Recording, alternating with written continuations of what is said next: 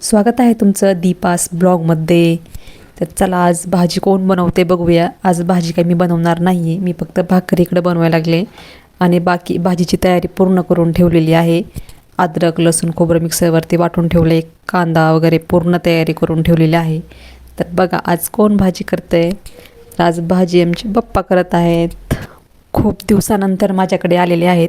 तर आज कधी मुक्कामी थांबत नाहीत, पण बळच त्यांना मुक्कामी थांबून घेतलं म्हणून आज काही असा बेत ठरवलेला आहे. खूप छान भाजी बनवतात म्हणून त्यांनाच बनवायला लावली भाजी.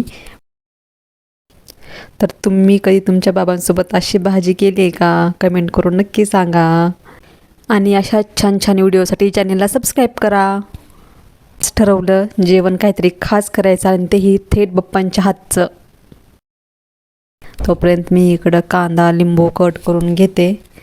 तर तयार झालेली आहे मटणाची भाजी.